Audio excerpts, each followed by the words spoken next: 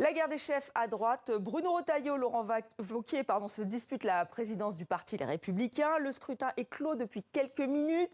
Les résultats devraient être dévoilés et on en parle bien sûr avec vous, Perrine Tarnaud. Bonjour, bonsoir. Bonsoir. Vous êtes directrice de l'information de Public Sénat. Alors c'est vrai que c'est étrange parce qu'on a dit dans quelques minutes, puis là c'est des minutes qui deviennent de plus en plus longues. Non, le scrutin est clos à 18h, mais normalement les résultats sont annoncés à 19h. Donc peut-être qu'il y aura des fuites avant, mais normalement l'heure officielle c'est 19h. Donc on va patienter encore un peu. C'est le résultat de 3 mois de campagne et un premier constat. Déjà, on reparle de la droite, beaucoup plus. Et surtout, le nombre d'adhérents a triplé. C'est une bonne nouvelle. Exactement. 120 000 militants LR qui ont donc pu voter de façon électronique aujourd'hui. Retailleau, Wauquiez, est-ce qu'il y a suspense, pas suspense? A priori, c'est Bruno Retailleau, le ministre de l'Intérieur, qui est donné favori. Mais comme ce sont des militants qui votent, il y a forcément pas mal d'incertitudes sur le résultat qui va être annoncé dans quelques minutes. Toujours est-il que ce qui va se jouer après, c'est comment les deux hommes vont pouvoir travailler ensemble, quel que soit le résultat. Et donc, il va falloir qu'il y ait une forme de réconciliation possible. Donc, pour vous, le match est plié. C'est Bruno Retailleau qui semblerait s'imposer. A priori, tout semble indiquer que Bruno Retailleau part favori, qu'il est aujourd'hui le plus populaire dans la famille de droite. Parce que ministre de l'Intérieur. Parce que ministre de l'Intérieur, exactement. Les Français l'ont découvert, place Beauvau, ont découvert son action, sa volonté, une certaine forme de présence continue sur le terrain. Et visiblement, ça a imprimé les esprits, en tout cas dans la famille de droite, chez les militants. On voit que dans les meetings qui se sont tenus à la fois chez Laurent Wauquiez et chez Bruno Retailleau, il y avait du monde, mais il y en avait 2 à 3 fois plus qui venaient assister au meeting de Bruno Retailleau dans cette campagne électorale interne à la famille des Républicains. Donc, tout semble indiquer que c'est plutôt lui qui est le favori. Après, on peut avoir une surprise encore dans quelques minutes. Et Laurent Wauquiez, justement, disait que Bruno Retailleau était inféodé à Emmanuel Macron. C'était un peu sa critique la plus forte.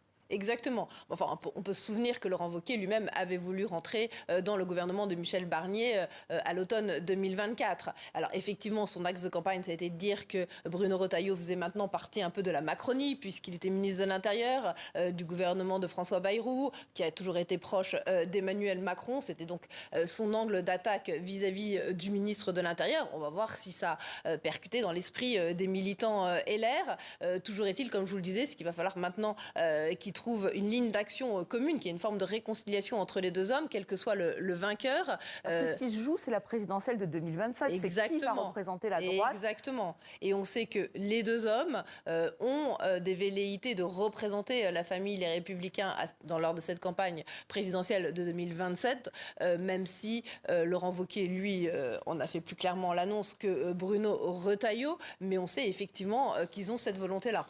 Alors, on attend donc le résultat de ce scrutin qui a eu lieu par vote électronique. Alors, Laurent Wauquiez, on s'en souvient, avait suggéré d'envoyer les OQTF, obligation de quitter le territoire français, vers Saint-Pierre et Miquelon. Gérald Darmanin, lui, annonce vouloir enfermer les narcotrafiquants dans la jungle amazonienne. Le ministre français de la Justice dévoile dans le journal du dimanche aujourd'hui la création d'un quartier de prison ultra sécurisé en Guyane. Les précisions d'Odile Longueval. En pleine Amazonie, au beau milieu de la jungle, voici où se trouvera bientôt la 3e prison de haute sécurité en France. L'établissement sera implanté en Guyane, à Saint-Laurent-du-Maroni, commune qui borde le Suriname. Sur 500 places, 60 seront destinées aux détenus les plus dangereux dans un quartier ultra sécurisé. Annonce faite par le garde des Sceaux alors qu'il était hier en déplacement sur le territoire. Objectif, mettre hors d'état de nuire les profils les plus dangereux du narcotrafic. Cette prison sera un verrou dans la guerre contre le narcotrafic. Le projet s'ajoute à ceux déjà annoncés de Vendin-le-Vieil dans le Pas-de-Calais et Condé-sur-Sarthe dans l'Orne, à la différence que lui sortira entièrement de terre pour un coût de 400 millions d'euros. L'ouverture est prévue en 2028 sur ce territoire d'où part bien souvent la drogue qui atterrit en métropole.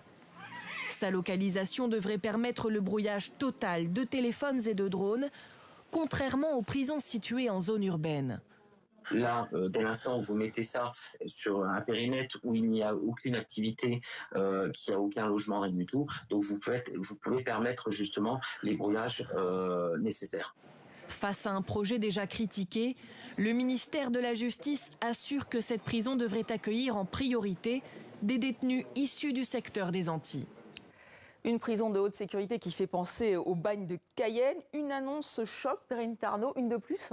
Oui, une annonce choc, une annonce à 400 millions d'euros. C'est le prix annoncé pour la construction de cette prison d'ici 2028. On peut se demander aussi quel personnel pénitentiaire va vouloir aller travailler au fin fond de la jungle amazonienne. Donc moi je dis que ce projet c'est surtout une annonce choc et j'attends de voir effectivement s'il va se réaliser.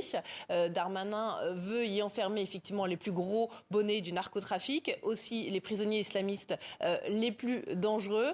Donc ils viennent essentiellement de métropole, tous ces bandits. Combien ça va coûter, qui va les garder là-bas au fin fond de la jungle et combien de temps on va mettre pour construire cette immense prison vraiment au milieu, on l'a vu sur les images de la jungle. Oui, beaucoup de questions qui se posent. Merci beaucoup, Perrine Tarnaud, d'être venue sur notre plateau. À très bientôt.